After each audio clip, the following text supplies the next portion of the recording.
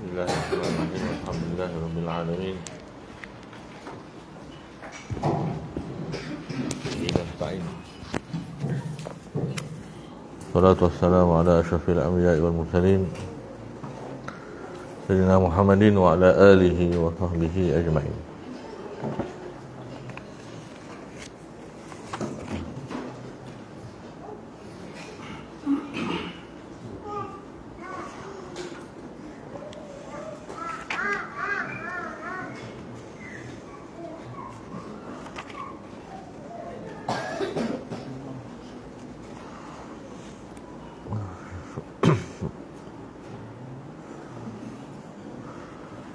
Masuk kita pada perbahasan berkenaan dengan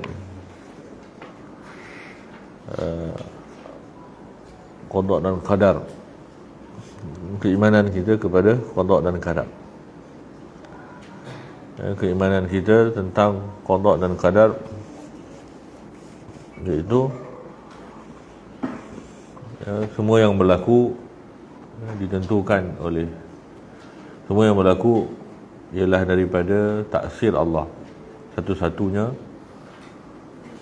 yang mana taksir Allah iaitu memberi kesannya Allah itu kepada mungkinat itu sesuai dengan taksis Allah, pengkhususan Allah Subhanahu wa taala, yang Allah tentukan dengan ilmu, dengan kehendaknya yang azali itu, yang mana penentuan Allah itu sesuai dengan ilmu Allah Subhanahu wa taala, iaitu apa yang sudah tersingkap pada ilmu Allah yang azali, secara azali. Jadi ini ialah makna keimanan kita secara umum kepada qada dan qadar. Itu semua yang berlaku ialah daripada taksirnya Allah, yang mana taksir Allah tadi mengikut taksisnya Allah. Taksir letaknya pada sifat apa?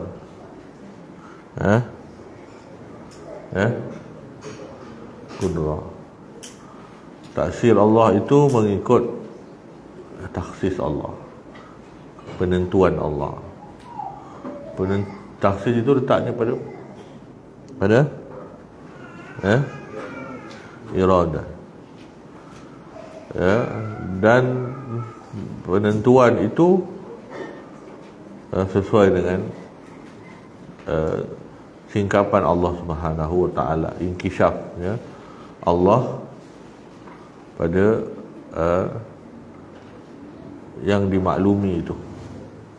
Jadi singkapan ataupun inkishaf itu letaknya pada sifat ilmu.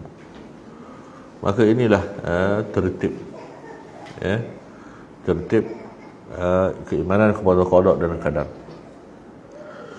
iaitu semuanya ialah af'al Allah, af'al Allah, perbuatan-perbuatan Allah yang kembali kepada rangkaian tiga sifat ini. Rangkaian tiga sifat ini bukan sifat yang tersusun, tetapi ta'aluknya yang tersusun. Ta'aluknya secara bagaimana turunnya apa yang diilmu Allah kepada alam makhluk ini. Jadi perjalanan itu disebut sebagai af'al.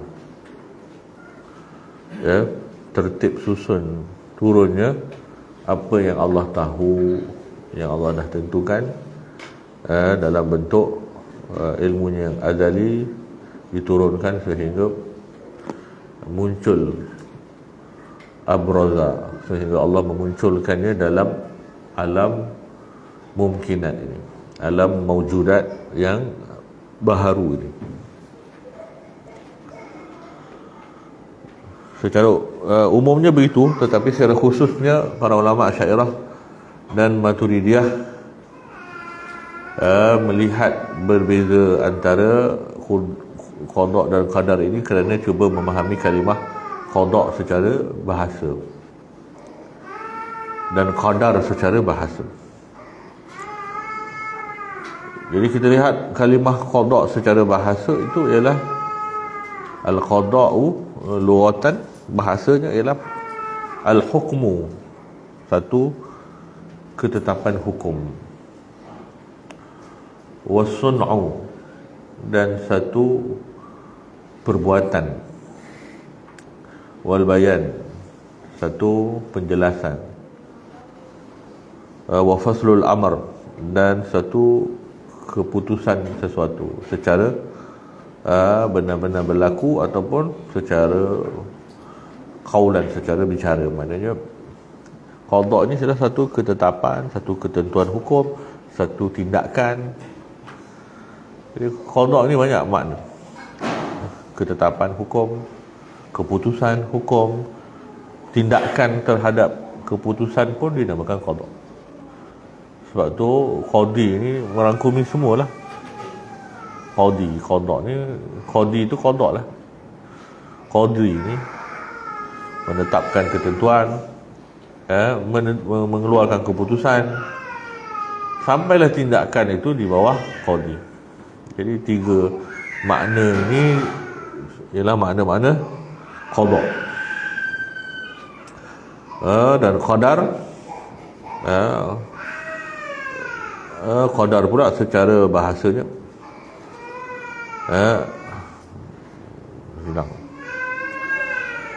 qadar pula secara bahasanya ada kaitan dengan kalimah qudrah itu dah sendiri. Qadar ni apa yang digagahi oleh seseorang ataupun yang ditetapkan oleh sesuatu ataupun yang ditetapkan oleh penetap. Kalau yang ditetapkan disebut sebagai maqdur, maqdur, benda yang dah ditetapkan. Jadi dari sudut bahasa, qada dan qadar hampir sama. Cuma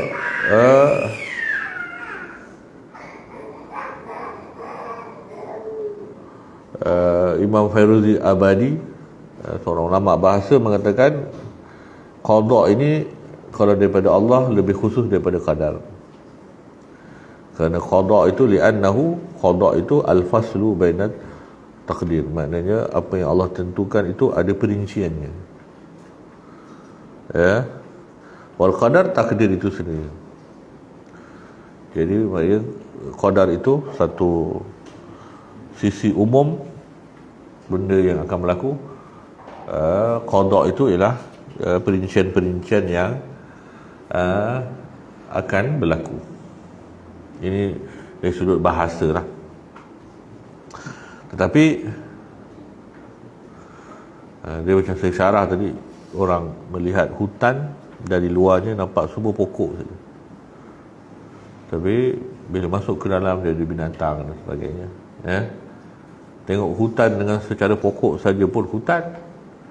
Tengok masuk ke dalam hutan, tengok dengan ularnya, dengan segala macamnya, itu pun hutan juga. Jadi ada yang pandangan umum qada dan ada pandangan umum, pandangan khusus ni qadar. Secara umumnya begitu, tetapi secara bahasanya setelah kita sepakat bahawa qada dan qadar ini wajib kita imani, tetapi qada itu di sisi Asy'ariyah berbeza dengan qada di sisi Maturidiyah dengan secara terbalik. Secara terbalik. Jadi apa benda yang ada dalam perbahasan sifat-sifat tiga ini? Ada yang Allah beri kesan, taksir. Ada yang Allah taksiskan. Kemudian di atas itu ialah apa yang inkishaf, yang tersingkap di sisi Allah. Maka qada itu nak diletakkan di mana, qadar itu nak diletakkan di mana. Ulama Asy'ariyah meletakkan qada pada hubungan apa yang Allah tahu tentang apa yang dia tentu. Disebut ta'alluq iradah. Maknanya ta'aluk taksis. Ya, qada itu taksis tu.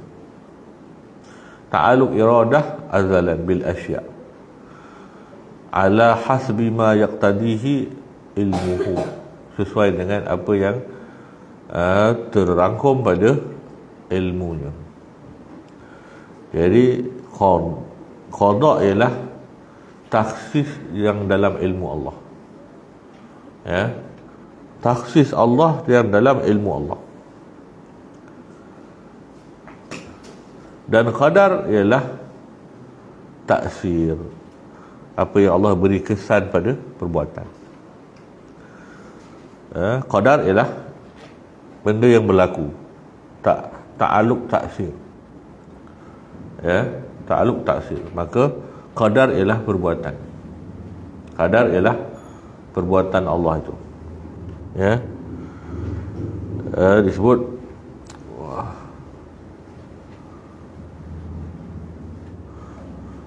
mana tadi? Wal qadar ijadullahi al-asya'a, Allah mengadakan makhluk ataupun meniadakanlah, tak mengadakan yang tak ada ataupun meniadakan yang ada. Jadi qadar ialah ta'aluk perbuatan. Qada ialah ta'aluk ketetapan. Ta'aluk ketetapan dalam ilmu dia. Satu ta'aluk ketetapan qada, ta'aluk perbuatan qadar. Adapun Maturidiyah terbalik. Qadar ialah ta'aluk perbuatan. Qada ialah ta'aluk ketetapan. Terbalik. Qada itu ta'aluk ke perbuatan, dan qadar itu ta'aluk ketetapan. Apa beza antara qada dengan qadar kalau macam tu? Apa beza? Apa beza antara qada dan qadar? Kalau tak ada beza, kenapa disebut qada dan qadar? Maka bezanya ialah salah satunya baharu, salah satunya qadim. Salah satunya baharu, salah satunya qadim. Qada dengan makna ketetapan, qadim. Qada dengan makna perbuatan, baharu. Jadi kita faham ketetapan tu qadim, perbuatan tu baharu. Ya. Ketetapan qadim. Yang Allah dah tetapkan qadim lah. Jadi perbuatan Allah baharu kerana makhluk baharu, maka perbuatan Allah baharu. Kalau Allah qadim, kalau makhluk Allah, perbuatan Allah qadim, maknanya makhluk pun qadim. Ya, kerana perbuatan kembali kepada makhluk. Jadi ketetapan qadim, perbuatan baharu. Kalau qada dengan makna ketetapan, maka qada itu qadim. Qadar dengan makna perbuatan, maka qadar itu baharu. Qada qadim, qadar baharu, hadis. Kalau qada dengan makna perbuatan, maka qada itu, qada dengan makna perbuatan, qada itu baharu. Qadar dengan makna ketetapan, qadim. Jadi di sisi Asy'ariyah, qada qadim, qadar baharu. Di sisi Maturidiyah, qada baharu, qadar qadim. Boleh? Ya, disebut. Maka ulama merumuskan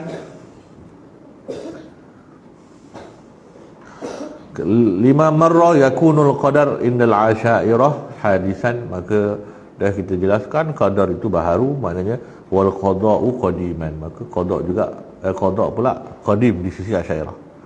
Wa innal Maturidiyah yakunul qadar qadiman. Kalau Maturidiyah pula qadar itu qadim.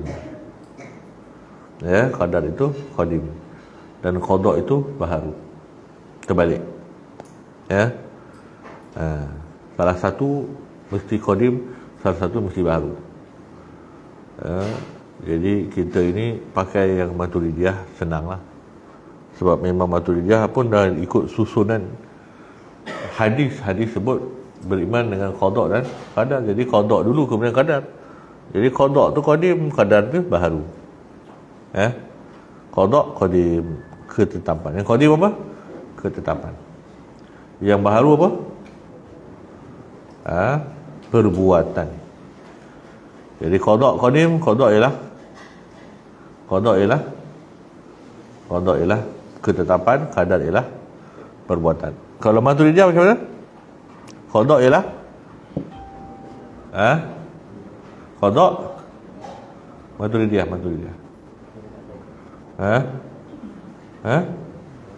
Qada apa? Qada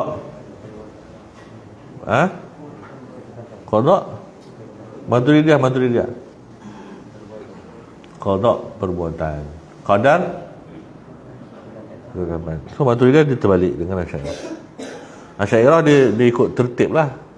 Beriman dengan qada dan qadar. So qada dulu kemudian qadar. Mana mestilah qadim dulu baru baharu. Ketetapan dulu baru perbuatan. Tapi Maturidiyah dia memahami qadar dulu baru qada. Tak kisahlah susunan hadis tu macam mana, tapi qadar ialah ketetapan, qada ialah perbuatan. Ini ialah Maturidiyah. Habis dekat situ. Keimanan kita kepada itu saja sebenarnya. Qada dan qadar ialah keimanan kita kepada benda yang berlaku perbuatan Allah, dan benda yang berlaku ketetapan Allah. Apa je yang beredar dalam masalah-masalah yang dah disebutkan tadi, rumusannya ialah keimanan kepada qada dan qadar ialah keimanan kepada semua yang berlaku sudah Allah tentu, memang Allah yang buat. Semua Allah dah tentu, memang Allah yang buat. Fa'alun lima yurid. Fi'il Allah, perbuatan Allah kembali kepada taksir dia kembali kepada taksis dia. Fa'alun lima yurid. Kalau semua yang berlaku dengan af'al Allah, maka semua yang berlaku dengan ketentuan Allah. Ala kulli syai'in qadir, maka menunjukkan semua yang berlaku dengan kuasa Allah. Jadi tidak ada masalah terperinci pada makna umum ini, melainkan apabila kita tadabbur kepada beberapa masalah, terutamanya masalah dipanggil dalam istilah akidah ataupun falsafah dipanggil masalah nazariyatu al-qiyam, teori nilai baik dan buruk. Masalah baik dan buruk ini timbul kalau Allah buat semua termasuk keburukan. So ada benda yang dibahaskan dekat situ. Kerana itu agama Majusi mengatakan di sana ada Tuhan, dua Tuhan, Tuhan yang buat kebaikan dan Tuhan yang buat keburukan. Kerana tak mungkin Tuhan yang baik buat perkara yang buruk. Logikalnya begitu. Kerana Tuhan yang baik tidak akan mengeluarkan keburukan. Ini logik Majusi lah. Kan nampak macam logik pula. Macam logik. Kerana dia simbolkan macam ni, satu Tuhan cahaya, satu Tuhan kegelapan. Walaupun Tuhan cahaya itu dominan lah, sebab cahaya ada maka gelap hilang kan. Tetapi Tuhan cahaya tidak akan menghasilkan kegelapan. So, kegelapan tidak boleh terhasil daripada cahaya, kan? Dan kegelapan tidak boleh menghasilkan cahaya.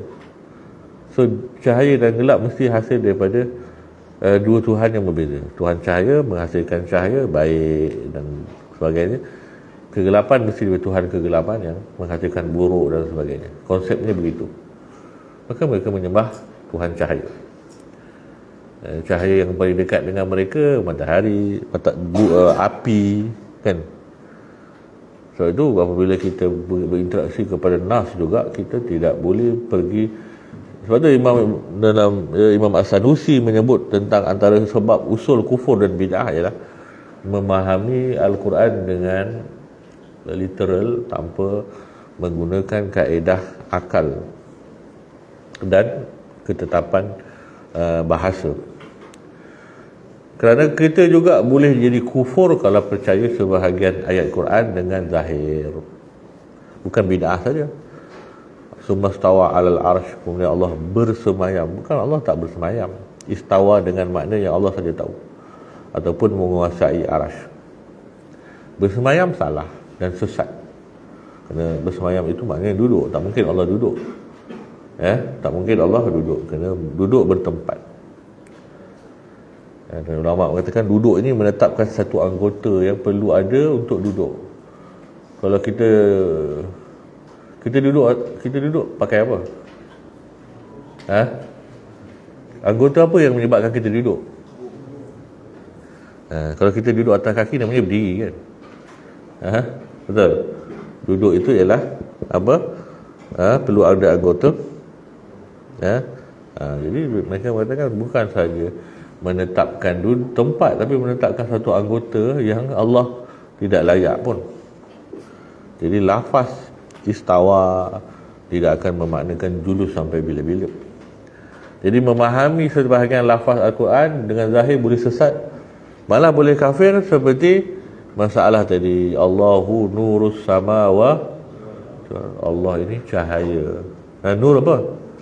Cahaya. Jadi orang Majusi kata engkau pun sebenarnya sembah Tuhan cahaya. Allah tu Tuhan cahaya engkau. Kami pun sembah Tuhan cahaya juga. Kamu pun sembah Allah. Allah tu Tuhan cahaya. So kegelapan Tuhan lain. Kegelapan Tuhan lain. So dia ada Tuhan cahaya. Sebab Allah sebut dia Tuhan cahaya. So Tuhan gelap siapa? Saya ada Tuhan lain. Jadi kita faham Allah ialah cahaya, itu sesat. Allah bukan cahaya. Nur di situ bukan makna cahaya. Nur dekat situ dengan makna yang menciptakan. Abraza, yang menzahirkan alam daripada tidak ada yang dikiaskan dengan gelap kepada ada yang dikiaskan dengan terang. Jadi Allahu Nur, iaitu Allah yang mengadakan alam daripada tidak ada. Jadi tak boleh faham Allah Nur itu dengan mana Allah cahaya. Maksudnya alam tu memang dah ada, Allah hanya menunjukkan dia dah ada. Kan fungsi cahaya begitu. Cahaya fungsinya benda dah ada, ditunjukkan benda yang dah ada. Maknanya bukan Allah lah yang ciptakan alam. Jadi tidak boleh faham sebahagian ayat dengan makna zahir, bahkan boleh pergi kepada kufur. Jadi ulama ada cara dawabit, bagaimana kerangka untuk memahami ayat dengan cara yang betul, terutamanya melibatkan Allah Subhanahu wa taala. Ya. Jadi teori masalah terperinci ini menyebabkan timbullah fahaman-fahaman seperti Mu'tazilah dan sebagainya, cuba melepaskan Allah daripada kekurangan yang dinamakan sebagai keburukan, yang dinamakan sebagai kezaliman. Keburukan pada menciptakan keburukan, kezaliman pada tidak meraih maslahat hamba. Jadi dua isu ini Mu'tazilah menyebabkan mereka membuat satu konsep al-quwah al-muda'ah. Quwah muda'ah ini ialah konsep lanjutan daripada makhluk yang beri kesan. Allah beri kesan dan makhluk beri kesan pada perbuatan baik dan buruk. Pada semua alam ini yang tak ada, dipanggil af'al idtirariyah, perbuatan yang memang tak ada kehendak dekat situ. Angin, gerakan bulu burung yang berterbangan, hujan yang turun. Jadi alam ini ada af'al yang idtirariyah, peluh kita keluar tanpa kita ada kehendak kan.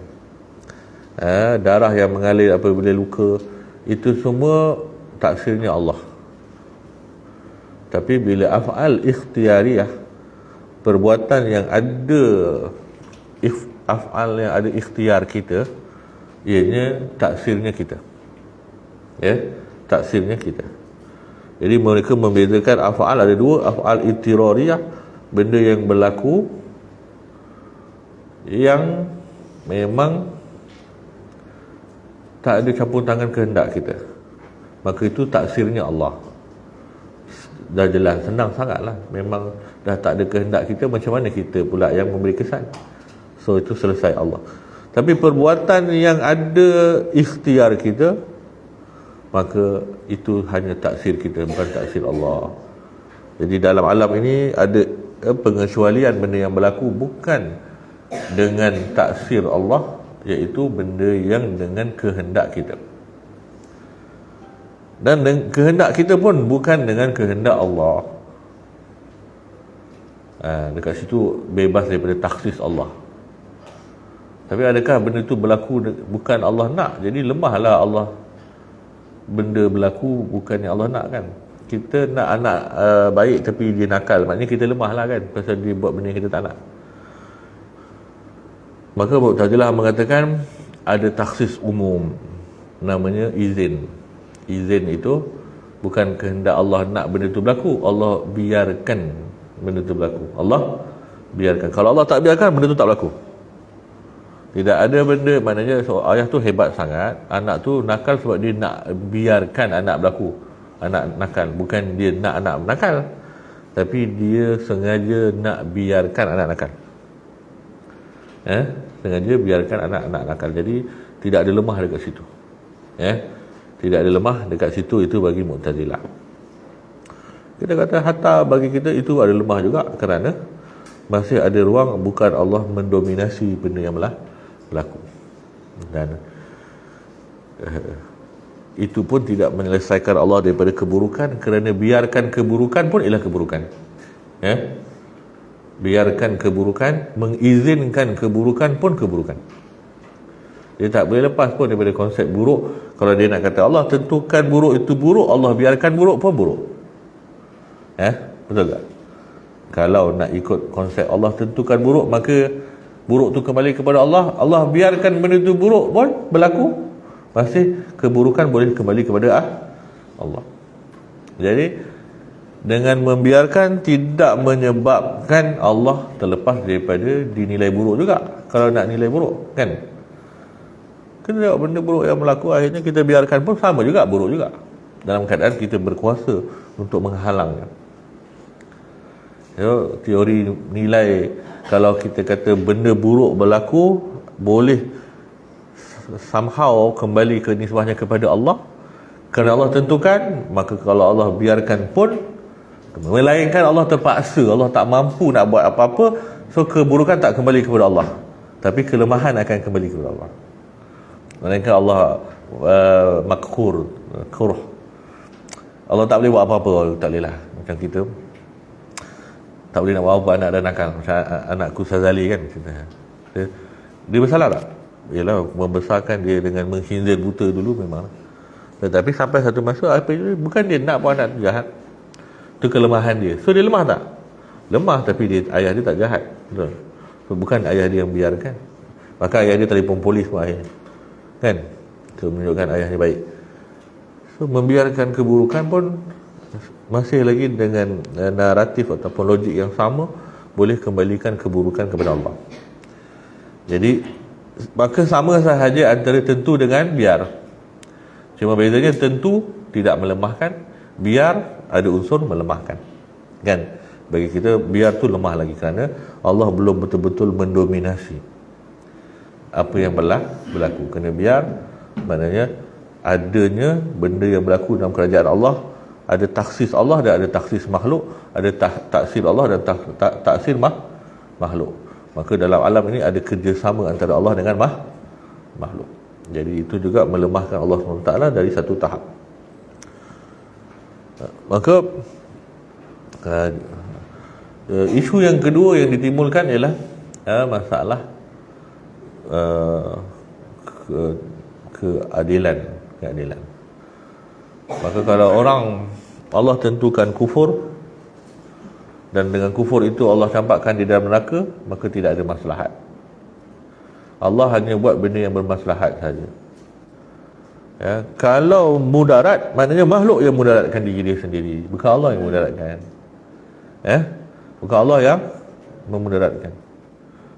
Makhluk yang pilih kufur, kemudian makhluk yang menyebabkan dirinya masuk neraka, maka dia memudaratkan dirinya, bukan Allah. Jadi Allah terlepas daripada memudaratkan. Allah terlepas daripada memudaratkan orang kafir. Kerana bagi mereka ayat Al-Quran yang mengatakan Allah tidak menzalimi hamba-Nya, tetapi mereka yang menzalimi diri mereka. So mereka yang memudaratkan diri mereka. Sebab mereka mentafsirkan zalim dengan memudaratkan. Bagi kita zalim bukan memudaratkan, dia ada makna yang lebih berbeza. Okey, kalau maknanya Allah tidak tentukan dan Allah tidak Allah tidak tentukan orang kafir, dia tentukan dirinya kafir, kemudian dia tentukan dirinya masuk neraka. So Allah terlepas daripada menzalimi kerana Allah terlepas daripada memudaratkan. Jadi kita mengatakan kalau Allah tidak tentukan perkara yang memudaratkan, maka dia tidak memudaratkan. Allah membiarkan hamba-Nya memudaratkan, tidakkah memudaratkan? Sama juga dia pergi kepada masalah itu. Allah membiarkan hamba-Nya memudaratkan, ada dua perkara. Sama ada dia boleh menghalang kemudaratan itu ataupun dia tak boleh halang. Kan? Kalau dia tak boleh halang, dia lemah. Betul? Kalau dia tak boleh halang kemudaratan itu, dia lemah. Tapi kalau dia boleh menghalang kemudaratan yang hamba-Nya sedang memudaratkan dirinya itu, dia membiarkan, memudaratkan tak? Membiarkan. Satu anak ambil pisau, tiba-tiba dia tikam diri dia. Kita boleh ambil pisau dan alihkan. Betul? Ambil pisau dan alihkan. Kita tak alihkan, kita memudaratkan dia tak? Memudaratkan. Jadi di satu-satu level apa pun Allah tidak boleh terlepas daripada memudaratkan. Sama ada menentukan pun memudaratkan, okey. Tapi menentukan memudaratkan dengan kekuatan, absolute power kan. Dia buat apa yang dia nak. Tapi dia bagi izin, dah lah dekat situ berlaku apa yang dipanggil sebagai kerjasama dekat situ. Dalam alam ini ada dua yang menentukan. Dah lemah dari satu sisi, tetapi memudaratkan pun dapat juga, kerana dia membiarkan. Membiarkan pun memudaratkan. Jadi ini Imam Fakhruddin Ar-Razi sentuh. Kalau Tuhan membiarkan pun memudaratkan juga. Jadi macam mana nak lepaskan Allah daripada tidak memudaratkan? Melainkan kita kata Allah memang tak boleh halang dia memudaratkan, so kita akan pindah kepada masalah yang awal, iaitu lemah. Dan kita dah selesaikan masalah lemah tu daripada awal. Jadi akhirnya Allah memang memudaratkan pun, dan memang namanya Dar Nafi'u Allah. Memang namanya begitu. Kita sebab kita tak nak bahas syarak dulu, kita bahas akal dulu. Kan? Syarak tu memang akhir. Mu'tazilah pun dia ada syarak dia. Dia ada syarak yang dia rasa dia punya syarak, iaitu wa man syaa falyu'min wa man syaa falyakfur. So ini kehendak berlepas daripada maksud Allah bagi pilihan. Sebab tu akhirnya ayat ni ikut siapa punya fahaman. Sebab tu kita bahas akal dulu, pasal jangan terpengaruh dengan orang yang kata Al-Quran Sunnah. Akhirnya kita semua ada Al-Quran dan Sunnah masing-masing. Termasuk Mu'tazilah, termasuk Mujassimah, termasuk dengan, jangan fahamkan orang bahawa Al-Quran dan Sunnah itu ialah hakim kepada masalah akidah. Kerana kefahaman orang akhirnya yang akan menentukan. Semua orang ada ayatnya masing-masing. Semua orang ada ayatnya masing-masing. Termasuk Jabariyah. Wallahu khalaqakum wa ma ta'malun. Ma tu jadi ma nafi. Allah yang ciptakan wama ta'malun, dan kamu tak buat apa-apa. Ma tu ma nafi. Maknanya kita Jabariyah. So, semua orang ada ayatnya. Semua orang ada ayatnya. Jadi kita bahaskan dulu masalah kemustahilan itu. Kemudian ayatnya memang ada. Allah tidak menentukan, maka untuk mengelak daripada masalah kezaliman, kita kata masih ada memudaratkan. Masih ada memudaratkan kerana membiarkan. Bukan sekadar membiarkan. Allah sendiri yang menciptakan sarana memudaratkan itu. Kalau kita tahu anak tu boleh pakai pisau dengan main potong benda dengan cucuk diri dia, kita bagi tak pisau daripada awal? Allah bagi iradah yang dia boleh pilih untuk masuk kepada kekufuran pun sudah memudaratkan. Fa'alhamaha fujuraha. Allah dah bagi ilham semua sarana kepada fujur pun tu memudaratkan. Kan? Allah ciptakan syaitan pun dah memudaratkan dah, betul? Allah ciptakan syaitan yang memang akan mulai menghasut, itu pun bukan manusia yang ciptakan syaitan. Akhirnya dekat mana yang tak memudaratkan? Allah daripada awal Allah ciptakan syaitan yang akan memengaruhi kehendak insan untuk memudaratkan dirinya. So Allah pun masih ada campur tangan dalam memudaratkan. Dan memang Allah memudaratkan, tak ada masalah pun. Kerana zalim dan adil bukan masalah mudarat ataupun manfaat. Maslahat. Dalil dan adil ialah Allah buat apa yang dia nak dalam kerajaannya. Tasarrufuhu fi mulkihi ala ma yasha. Dia buat apa yang dia nak dalam kerajaan dia, dalam pemilikan dia. Apa yang dia buat semua ada tak yang bukan dalam pemilikan Allah? So selagi mana semua dalam pemilikan Allah, semuanya ialah adil. Habis. Adil bukan maslahat, ataupun zalim bukan mudarat. Adil ialah melakukan apa yang dikehendaki dalam pemilikannya. Selagi mana semua pemilikan Allah, selagi itu Allah tidak boleh zalim. Melainkan ada benda yang bukan pemilikan Allah, maka di situ bermulanya kezaliman. Dan kenapa manusia menzalimi diri mereka? Kerana manusia tidak memiliki diri mereka. Manusia tidak memiliki diri mereka, maka berlakulah kezaliman pada diri mereka apabila mereka buat apa yang Allah tak suruh. Tapi di sisi Allah tidak ada kezaliman, kerana Allah takdirkan mereka buat maksiat, itu ialah milik Allah. Tapi manusia yang ditakdirkan untuk buat maksiat itu, sedangkan Allah larang, maka mereka menzalimi diri mereka. Jadi di martabat syariat satu tahap, martabat hakikat satu tahap. Sebab itu orang kafir dekat akhirat tak bahas dah benda ni. Tak ada orang kata, ya Allah engkau yang tentukan.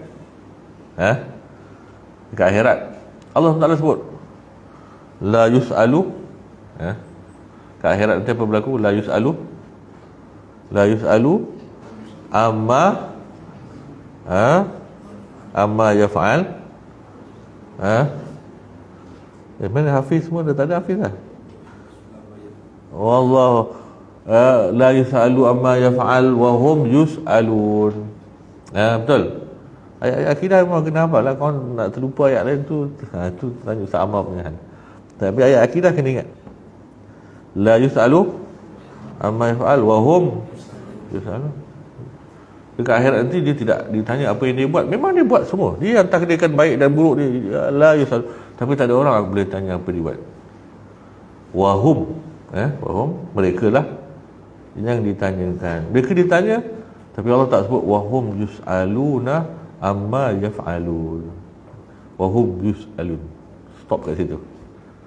La yus'alu amma yaf'al. Memang hakikatnya dia yang buat, tapi tak ada siapa tanya dia.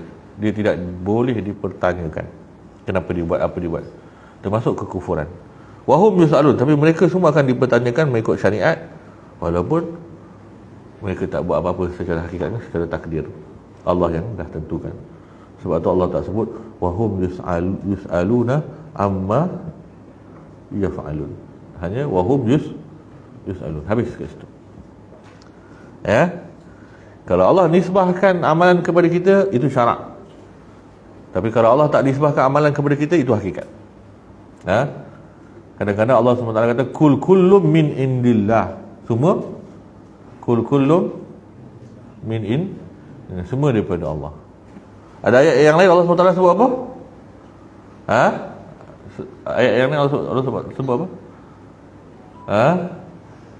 Yang baik itu daripada Allah, yang buruk famin nafsik, kan? Macam mana ayat itu?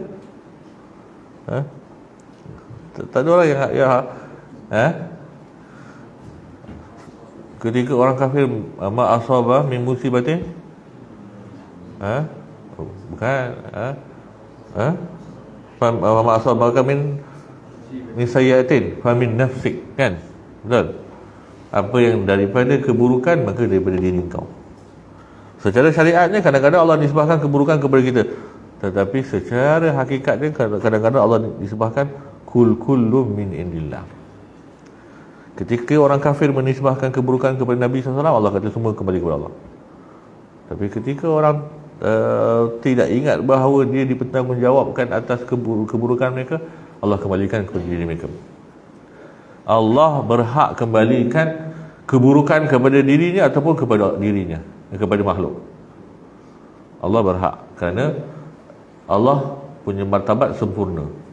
Tapi kita tidak berhak kembalikan keburukan kepada Allah, kerana kita di bawah martabat syarak. Kita tidak boleh kata buruk itu Allah yang dikembalikan kepada Allah, walaupun Allah yang tentukan. Sebab itu kata ulama, laisa kullu sahihin yuqal, bukan semua benda yang betul itu boleh dikatakan. Ya Allah ciptakan keburukan, tapi kita tidak boleh nisbahkan keburukan kepada Allah adaban. Tidak boleh dinisbahkan keburukan kepada Allah adaban. Tapi boleh dibahaskan dalam pengajian supaya faham masalah takdir. Tetapi Allah boleh sebut yahdi man yasha, yudillu man yasha. Dia sesatkan siapa dia nak. Tapi kita kata kalau yang bagi hidayah Allah, yang sesatkan diri mereka. Sebab itu Allah Taala sebut, mengajar kita adab dalam Al-Quran, disebut dalam surah Al-Fatihah, ghairil maghdubi alaihim wala. Allah tidak kembalikan nisbah sesat kepada Allah. Sebab itu bicara kita. Al-Fatihah ialah bicara kita, maka kita kembalikan yang baik saja. Siratal ladzina an'amta, jalan yang engkau bagi nikmat, bukan jalan yang dibenci dan yang sesat. Allah tak sebut siratal ladzina an'amta alaihim ghairi siratal ladzi aghdabta alaihim wala adlalta alaihim wala adlalta lahum. Maksudnya kalau kita asalnya jalan yang engkau bagi nikmat, patutnya jalan yang engkau murka dan jalan yang engkau sesatkanlah. Betul? Itu hakikat, betul? Sebab Allah dengan hakikatnya mengatakan yahdi man yasha, yudillu man yasha wa yahdi man yasha. Wa may yudlillah, siapa yang Allah sesatkan, semua Allah sebut. Tetapi bahasa kita an'amta alaihim ghairil maghdubi alaihim, ketika sebut dibenci tak sebut siapa benci, tapi ketika sebut sesat tak sebut siapa sesatkan. Ini bahasa syariat. Jadi Allah ajar kita, kadang-kadang Allah berbicara dengan hakikat, itu hanya Allah saja boleh berbicara dengan hakikat. Kita kepada Allah berbicara dengan syariat, adab. Betul, yang baik dari Allah, yang buruk daripada kelemahan kita. Tapi hakikatnya kelemahan kita daripada siapa kita tak sebut, dan kita tahu daripada siapa, dan tak perlu sebut pun, kerana bukan semua yang betul boleh disebut. Itu dia punya konsepnya. Bukan kerana yang buruk bukan daripada ciptaan Allah, yang buruk daripada ciptaan Allah, tetapi keburukan itu tidak kembali nilainya kepada Allah. Kerana konsep nilai ialah kembali kepada yang menilai. Konsep nilai kembali kepada menilai. Nilai ni bukan tentang benda yang betul-betul ada nilai. Nilai ialah siapa yang menilai. Kalau tak ada yang menilai, tak ada nilai. Betul?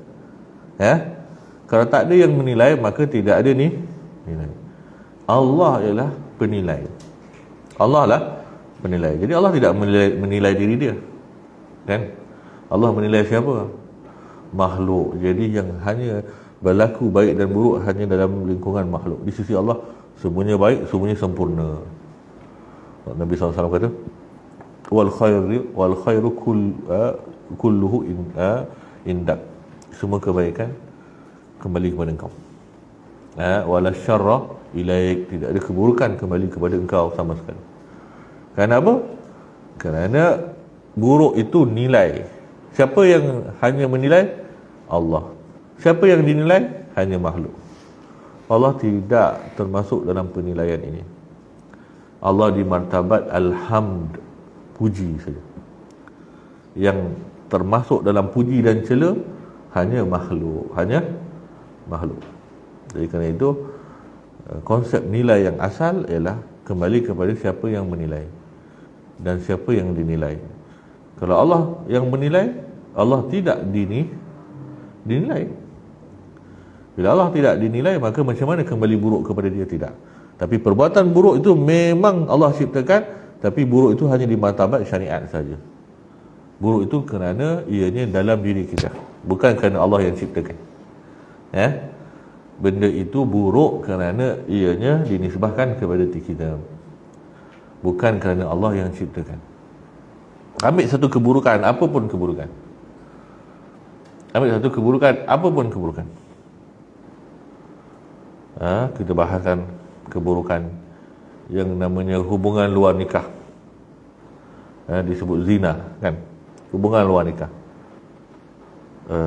Kita nak nisbahkan kepada siapa? Allah ke makhluk? Ada sisi Allah dan ada sisi makhluk di situ, kan? Betul. Sisi makhluk ialah syarak. Tetapi sebelum Allah turunkan syarak, dia tidak dinilai buruk pun, kan? Dia tidak dinilai buruk. Kerana itu, sebelum syarak melarang, orang yang buat apa pun dia nak buat, masuk syurga je, tak ada masuk neraka pun, kan?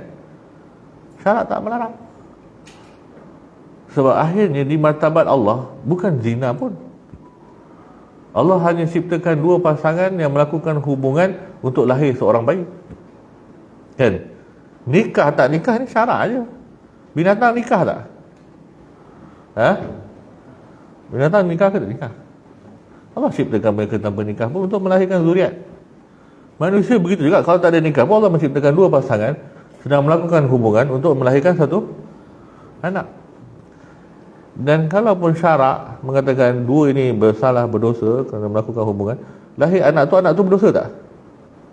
Tak, sebab anak tu memang sebenarnya Allah yang ciptakan, bukan daripada mak ayah.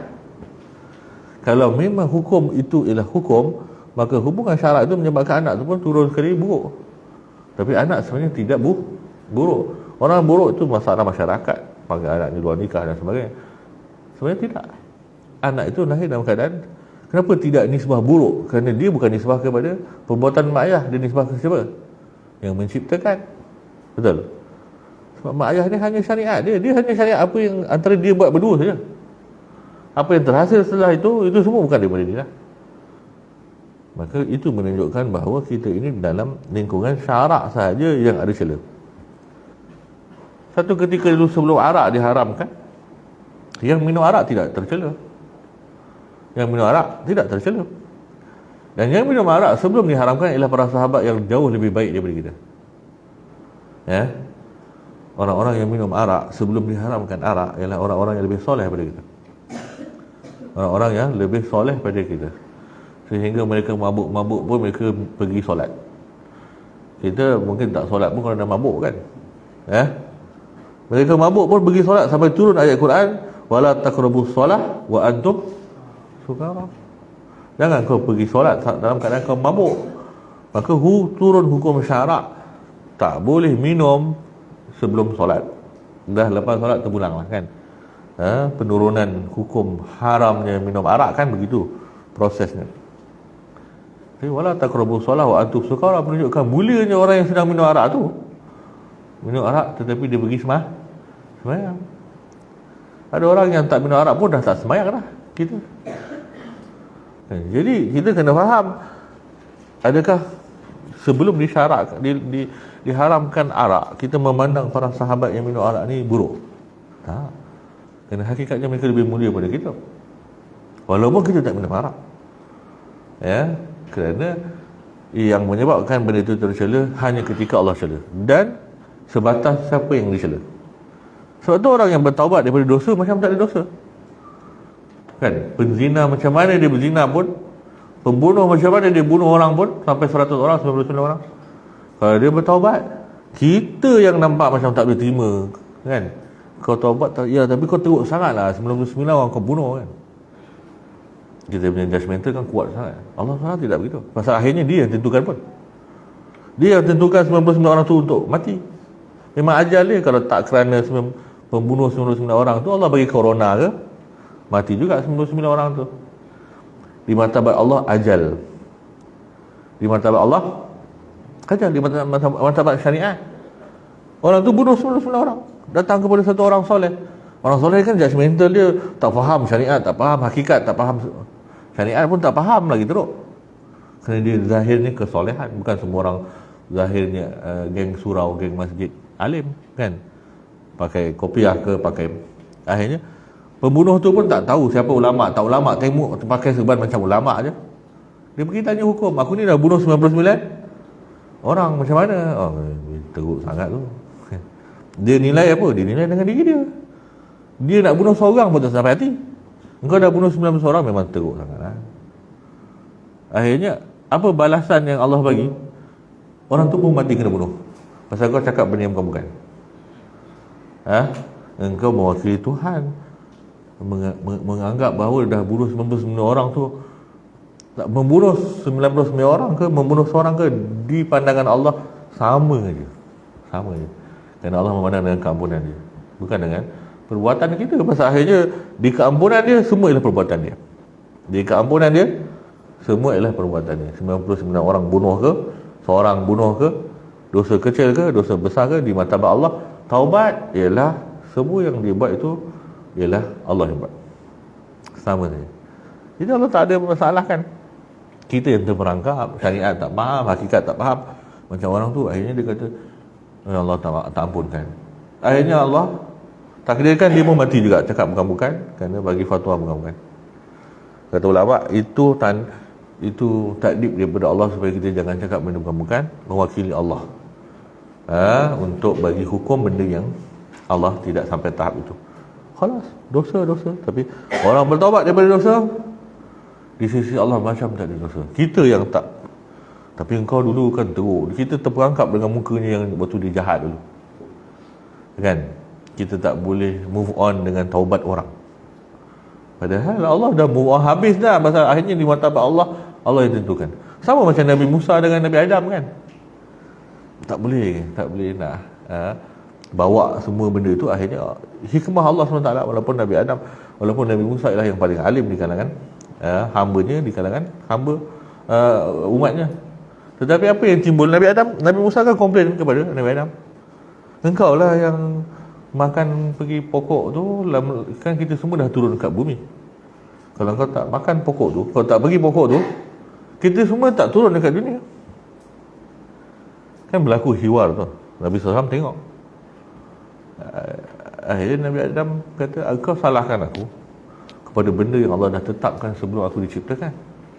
Dan ini memang berlaku. Allah SWT memang panggil malaikat, mengatakan inni ja'ilun fil ardh. Memang Allah nak jadikan Adam di bumi, walaupun akhirnya dimasukkan dalam syurga. Tetapi lepas dia makan buah yang terlarang, dia turun ke bumi, dia pergi kepada asal. Memang Allah nak turunkan dia ke bumi, tapi itulah caranya dia makan buah. Dah selesai dah. Malaikat pun dah tahu ceritanya Adam akan turun. Dan Allah dah tahu ini memang caranya aku nak turun ke Adam dengan buah. Dan Nabi Adam pun kata, aku ni memang dah ditentukan untuk dekat dengan pokok tu dan turun ke bumi. Sebab sejak asalnya Allah dah cakap kepada malaikat, ini ja'ilun khalifah. Sebelum Allah suruh dia masuk syurga, Allah cakap kepada malaikat, aku nak jadikan dia di bumi, bukan di syurga. Bila dia mendekati pokok, Allah yang tentukan supaya dia pergi kepada asal. Kalau dia tak dekat pokok, dia turun tak? Tak turun. Maka Allah jadikan iblis tipu kepada dia, nak menunjukkan mulianya Adam, turun kerana ditipu, bukan dengan niatnya yang jahat. Iblis yang jahat dengan niatnya. Engkau ni Allah tak bagi sebab Allah tak nak kau duduk lama-lama dalam syurga, kan? Takuna malakan atau takuna minal khalidin. Allah tak nak kau jadi malaikat, ataupun Allah tak nak kau duduk lama-lama dalam syurga. Akhirnya dia makan sebab nak jadi malaikat, ataupun sebab nak duduk lama-lama dalam syurga. Dengan sebab itu dia kena turun. Dia nak duduk lama-lama dalam syurga, tapi dia buat benda salah, Allah turunkan ke bumi. Dan memang itulah tujuan Allah ciptakan dia. Jadi dia cakap kepada Nabi Adam, cakap, aku ni kau salahkan benda yang Allah dah tentukan. Akhirnya Nabi SAW mengatakan, fahaja Adam Musa. Maka Nabi Adam sudah mengalahkan Nabi Musa dengan hujahnya. Maknanya setelah selesai taklif, tidak ada dipersalahkan lagi.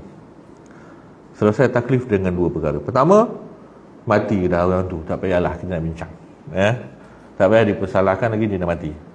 Dan yang kedua, dah taubat, selesai taklif. Semua orang yang dah taubat, taklifnya selesai. Dah gugur dia punya zimmah, beban tanggungan kedosaan dia dah gugur. Kita yang nak buruk sangka, kita yang nak judge, itu kita tak faham Allah SWT dan tak faham syariat. Ini martabat Allah. Sebenarnya yang buruk itu hanya Allah nak disembahkan kepada makhluk, situ saja, sisi itu saja.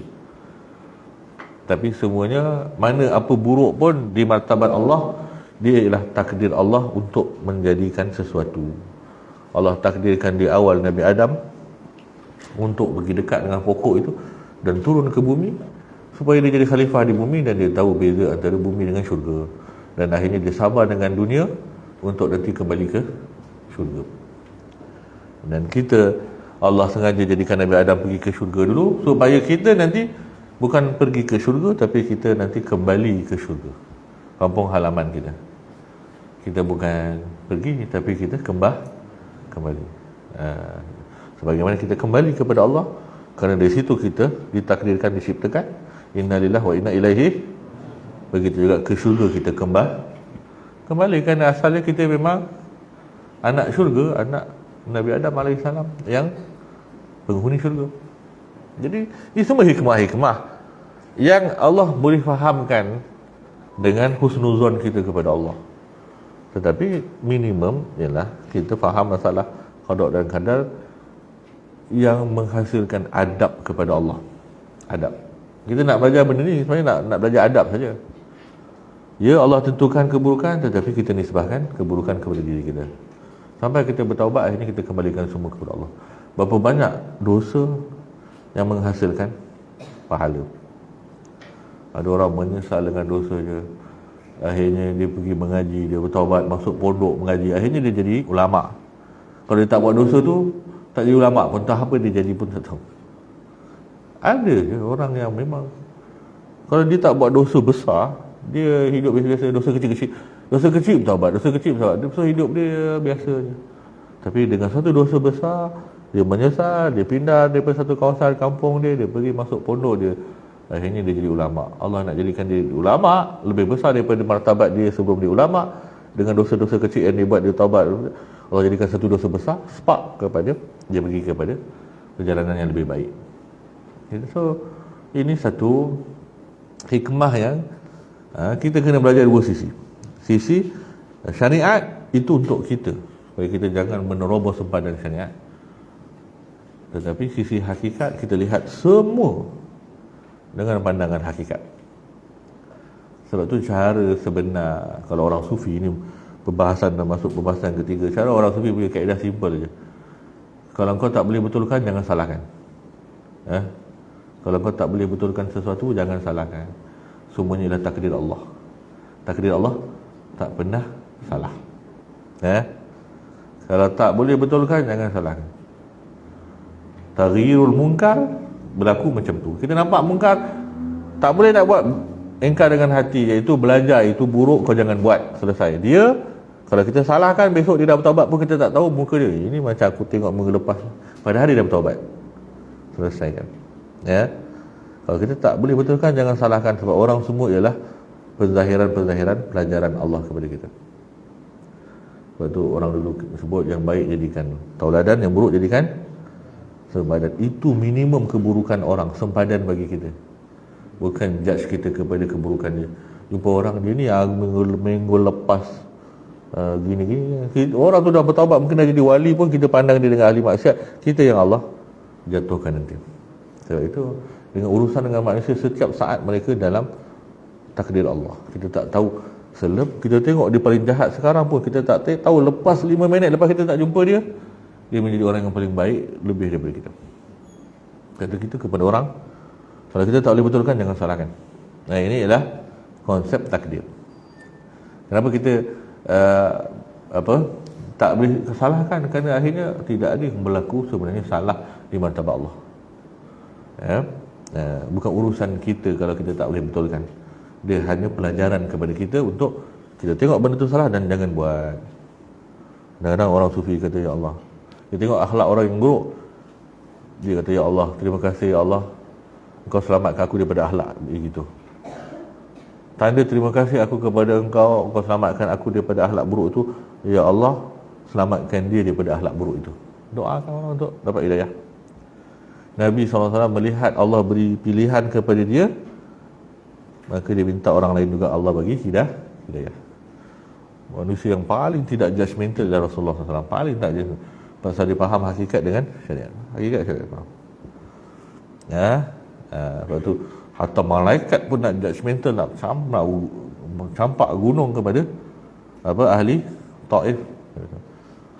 Allahumma hdi qaumi fa innahum la ya'lamun. Hidayah, kerana engkau pilih aku, maka kau pilihlah mereka. Ini masalah qada qadar. Kenapa kita beriman? Untuk menghasilkan adab. Kita tidak nisbahkan kesalahan kepada Allah, walaupun akhirnya semua kembali kepada Allah Subhanahu wa taala. Atas dasar apa? Atas dasar adab. Tapi kita belajar untuk faham agar kita berinteraksi dengan dunia yang lebih luas, dengan kesalahan manusia lain kecuali diri kita. Kenapa kita boleh salahkan diri kita? Sebab kita boleh betulkan diri kita, kan? Sebab tu kita salahkan diri kita. Kan kaedahnya jangan salahkan kalau tak boleh betulkan. Diri kita memang patut disalahkan pasal kita kena betulkan diri kita. Orang lain di luar kebatasan kita terpulang. Tetapi setiap yang kita salahkan, pastikan kita boleh betulkan. Kalau tidak, lihatnya sebagai pelajaran Allah, pelajaran daripada Allah. Nah, itu perbahasan tentang qada dan qadar. Saya dah masuk perbahasan tasawuf lah. Terus saya masuk kepada yang tiga itu.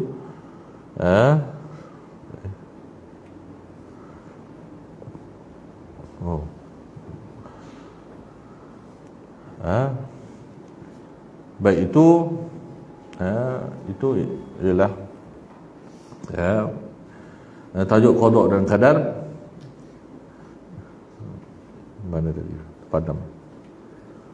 Kalau ada saya buka soalan kalau ada sebelum kita sambung untuk membahaskan qadariyah dan jabariyah dan sebagainya sebagai khulasah. Jadi saya cuba menyinggung masalah keadilan Tuhan yang dah selesai, masalah nilai yang saya dah syarahkan tadi. Ini masalah nilai yang sebenarnya dah selesai pun di sisi Allah. Tidak kembali nilai baik dan buruk itu, yang kembali hanya kepada makhluk, kerana Allah yang menilai. Sampai Allah SWT pujuk Nabi SAW dengan segala kecintaannya kepada umatnya. Sampai Allah Ta'ala cakap Nabi punya sifat yang sangat rahmat. Rahmat Nabi SAW ni paling sempurna di tahap makhluk, dan Allah lebih sempurna daripada itu. Allah merahmati siapa yang dia nak, dalam masa yang sama dia tak rahmati siapa yang dia nak, kan? Dia tak rahmati siapa yang dia nak, terutama di akhirat. Tapi Nabi SAW merahmati semuanya, tetapi dengan rahmat yang boleh merosakkan dirinya juga. Itu rahmat yang paling sempurna dalam makhluk. Rahmat yang daripada seorang ibu yang sanggup tak tidur malam untuk anaknya, sanggup sakit untuk anaknya. Nabi SAW, Allah Ta'ala sebut, fala'allaka bakhi'un nafsaka ala asarihim in lam yu'minu bihadzal hadisi asafa. Engkau ni hampir-hampir membinasakan diri engkau kerana sedih dengan kesan-kesan kekufuran mereka terhadap apa yang mereka kufur daripada apa yang kau sampaikan, tak beriman. Nabi ini rahmatnya sampai menyakitkan dirinya kerana ada orang tak beriman, kan? Allah Ta'ala dah jelaskan kalau Allah nak, semua orang akan beriman. Kalau Allah nak, semua orang akan beriman. Wahai Muhammad, cerita je, kalau aku nak, semua orang akan beriman. Engkau Nabi berinteraksi dengan syariat, Allah cerita dengan hakikat. Syariat Nabi terlalu luar biasa sehingga nak semua orang beriman, walaupun hatinya tahu tak semua orang yang Allah nak iman. Allah, Nabi tahu, tapi Nabi terlalu mengikut syariat sehingga rahmat Nabi itu menyebabkan Nabi sakit. Allah pujuk Nabi, innaka la tahdi man ahbabta. Kalau kau sayang siapa-siapa, semua orang dalam manusia di muka bumi ini, engkau berinteraksi dengan kasih sayang sampai kau sakit tengok mereka tak beriman, walakin Allah yahdi, aku tetap aku yang bagi hidayah siapa yang kau nak, siapa yang aku nak. Bahasa Allah.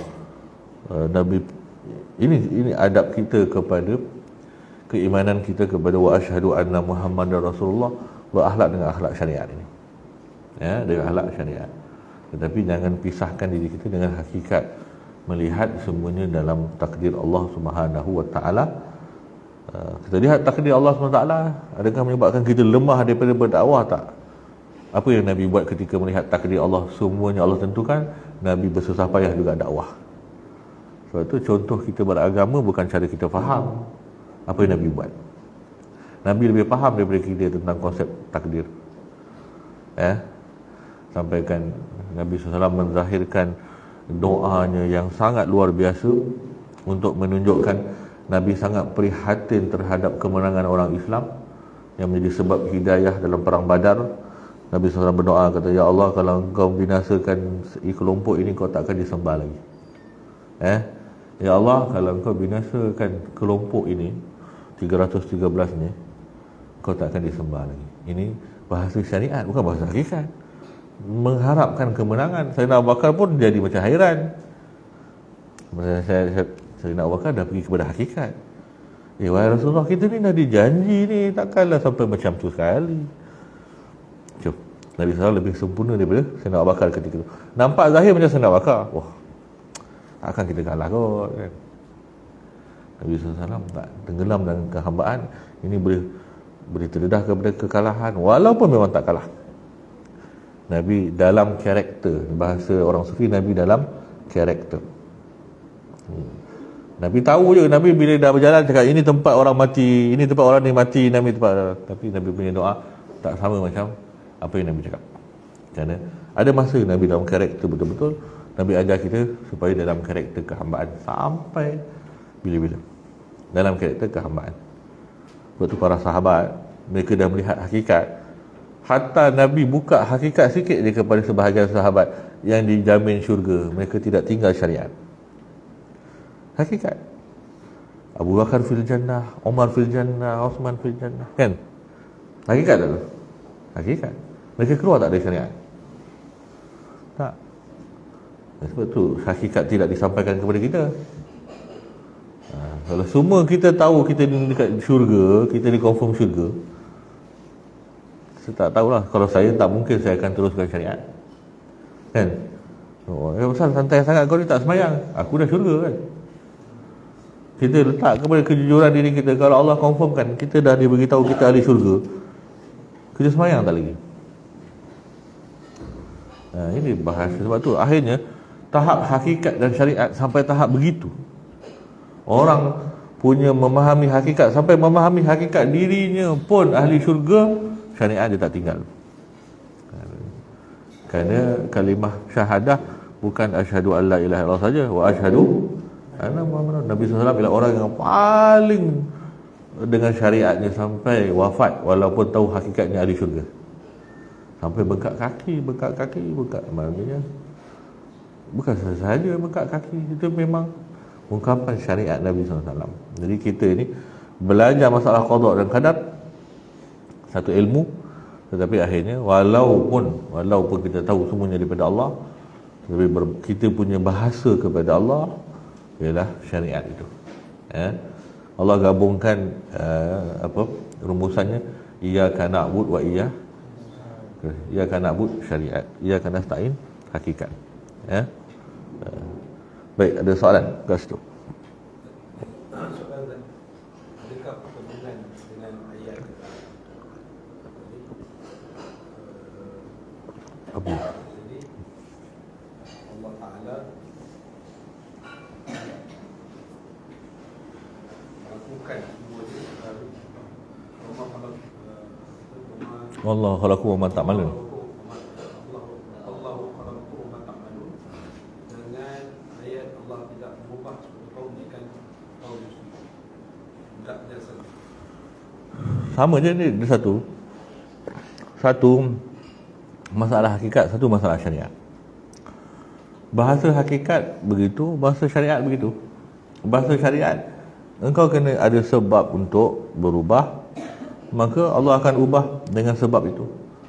Walaupun ayat itu dia ada sebab wurud, sebab nuzul dia tidak maksud innallaha la yughayyiru ma biqaumin hatta yughayyiru ma bi anfusihim. Itu asalnya ialah seorang yang memilih untuk kufur setelah Allah bagi nikmat, maka Allah menjadikan musibah, seksaan setelah mereka pilih kekufuran. Maknanya apa yang kau buat, engkau terima kesannya, dan apa yang berlaku ialah kesan daripada perbuatan kita. Itu dalam bahasa syariat, tetapi hakikatnya semuanya memang daripada Allah. Tidak bertembung kerana satu bahasa syariat, satu bahasa hakikat. Ya, tidak bertembung kerana satu bahasa hakikat, satu bahasa syariat. Wa ma tasha'una illa ayyasha Allah, itu bahasa hakikat. Man syaa falyu'min wa man syaa falyakfur, bahasa syariat. Tidak ada yang kita nak melainkan semua Allah nak, hakikat. Siapa nak iman, dia iman. Siapa nak kufur, dia kufur. Itu bahasa syariat. So Allah berinteraksi dengan dua bahasa. Apabila kita berhadapan dengan bahasa syariat, Allah sedang cakap pasal kita. Apabila kita berhadapan dengan ayat-ayat hakikat, Allah tengah cakap tentang dia. Jadi kita berinteraksi dengan Allah, Allah berinteraksi dengan ayat yang cerita tentang kita dan ayat yang ceritakan tentang dia. Baca ayat yang Allah ceritakan tentang kita, maka kita buat apa yang dia suruh, tinggal apa yang dia larang. Baca apa yang Allah cakap tentang dia dengan menambah kebesaran Allah dalam diri kita. Boleh. Jadi dia bukan bertembung, dia ialah dua bahasa yang berbeza. Satu bahasa Allah cerita tentang diri dia, satu Allah cerita tentang hakikat kita, hamba kepada dia. Ya. Kalau orang kata aku ni tak boleh buat, aku ni kalau Allah nak aku taat, dah lama aku taat, tapi sekarang aku buat maksiat sebab Allah memang nak aku buat maksiat. Kita hanya jawab, so what, memang Allah nak kau neraka lah, tu je lah. Kita tak perlu nak bahas panjang-panjang. Memang kau, kalau dia kata memang Allah belum bagi dia hidayah, Allah belum, patutnya mintalah, bukan mukabarah dengan sombong. Nanti kalau aku sampai seru lah kan, kalau aku ni Allah dah takdirkan baik, aku baiklah. Sekarang ni Allah belum tentukan, so aku jahat lah. Yang tentukan Allah, yang tentukan aku jahat pun Allah lah. Kita kata, so what, memang betul Allah tentukan kau jahat, dan memang kau akan menuju ke neraka lah sampai engkau dengan kejahatan kau, dan kau memang nak macam tu kau. Kalau dia nak, dia teruskan lah. Maknanya kadang-kadang cara kita fikir macam mana nak selesaikan orang dengan berbahas masalah takdir, lebih tidak membantu orang untuk selesai daripada kehambaan. Allah Ta'ala berbahasa dengan bahasa yang mudah je. Kepada orang yang takabur, Allah Ta'ala pun sebut dalam apa? Dalam surah Allah Ta'ala sebut dalam surah Al-Kahfi juga, mengisyaratkan kepada orang-orang yang ingat Allah dan orang yang lupa kepada Allah. Allah Ta'ala sebut wasbir nafsaka ma'al ladzina yad'una rabbahum bil ghadati wal 'ashyi yuridu. Sabar dengan orang-orang yang memang mengajak kepada doa kepada Allah pagi dan petang, siang dan malam. Wala tuti', dan jangan taat siapa? Man aghfalna qalbah an zikrina. Dan jangan kau ikut orang yang kami lalaikan mereka daripada ingat aku. Memang kami yang lalaikan. Jadi orang yang lalai daripada Allah jangan sombong sangat. Allah yang tak nak dia ingat Allah, bukan dia yang memang tak nak ingat Allah. Dia macam mak ayah yang anaknya derhaka, dia boleh sombong kerana mak ayah memang harap dia baik, dan derhaka itu menyakiti dia. Tapi Allah, kederhakaan itu ialah memang Allah yang menyakiti dia, bukan dia yang menyakiti Allah. Tapi dia rasa dia sedang buat sesuatu yang menyakiti Allah Ta'ala. Mereka, Allah Ta'ala sebut ketika mereka memperolokkan Allah dengan jadi orang munafik, yukhadi'un Allah wallazina amanu. Mereka ingat mereka tipu Allah. Zahirnya nampak macam beriman kan, tapi sebenarnya mereka nifak dan dia seronok. Kita wa idza khalau ila syayatinihim qalu inna ma'akum innama nahnu mustahzi'un. Kita ni olok-olokkan mereka ni sebenarnya orang beriman. Allah yastahzi'u bihim. Allah yang memperolokkan mereka.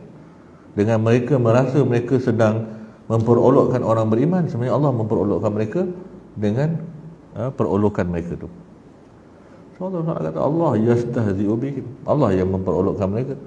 Mereka rasa mereka sedang memperolokkan orang-orang beriman. Sama tak? Yukhadi'un Allah wallazi wa ma yakhda'um illa mereka sedang tipu diri mereka sendiri. Maknanya mereka tak keluar pun daripada hakikat kelemahan diri mereka dengan kesombongan mereka. Kerana akhirnya Allah yastahzi'u bihim wa yamudduhum fi tughyanihim ya'mahun. Mereka memang dalam kebutaan yang Allah letakkan mereka di situ. So sebab tu setiap kesombongan terhadap Allah, Allah akan balas dengan ketinggian yang lebih tinggi daripada dia. Wa makaru wa makarallah. Mereka nak ingat mereka sedang buat rancangan jahat. Wa makarallah. Tapi Allah sebenarnya yang menyusun apa ini sebalik rancangan jahat mereka, kembali kepada kejahatan itu kepada mereka. Wallahu khairul. Nak buat rancangan yang jahat, tengok siapa yang berjaya hasilkan apa yang dia inginkan. Ini bahasa Allah kepada orang sombong. Ini kita kena kembali kepada syariat dan memilih untuk bertaubat, memilih untuk minta hidayah, memilih untuk ini yang lebih baik daripada kita mengambil semua akidah-akidah yang ini untuk mukabarah dengan Allah. Sebab akhirnya semua itu hanya di dunia saja. Di akhirat orang kafir yang tahu, orang kafir tahu bahawa Allah yang tentukan mereka kafir. Tapi mereka tidak berani berhadapan dengan Allah dan mereka harap mereka hanya jadi tanah saja. Ya laitani kuntu turaba. Mereka tahu sekarang kita memang boleh bahas Allah yang tentukan. Dekat akhirat orang kafir dah tahu mereka ni Allah tentukan, tapi mereka tak harap bertemu dengan Allah dah. Tak boleh nak bahas. So kebesaran Allah ni terlalu besar untuk ditanya, kenapa kau kafirkan aku? Lebih mengharapkan, sebab tengok binatang boleh jadi tanah, so kita pun nak jadi macam binatang lah, kembali ke tanah. Ya laitani kuntu turaba. Ini bahasa paling apa yang diharapkan oleh orang yang dipilih oleh Allah untuk kafir, ialah nak kembali ke tanah. Tak nak berhadapan dengan Allah, tak nak berhadapan dengan neraka, tak nak. Jadi cerita takdir adalah cerita adab, lebih daripada cerita akal. Baik, ada lagi soalan? Itu daripada mana tu? Dari mana? Fadal. Alhamdulillah.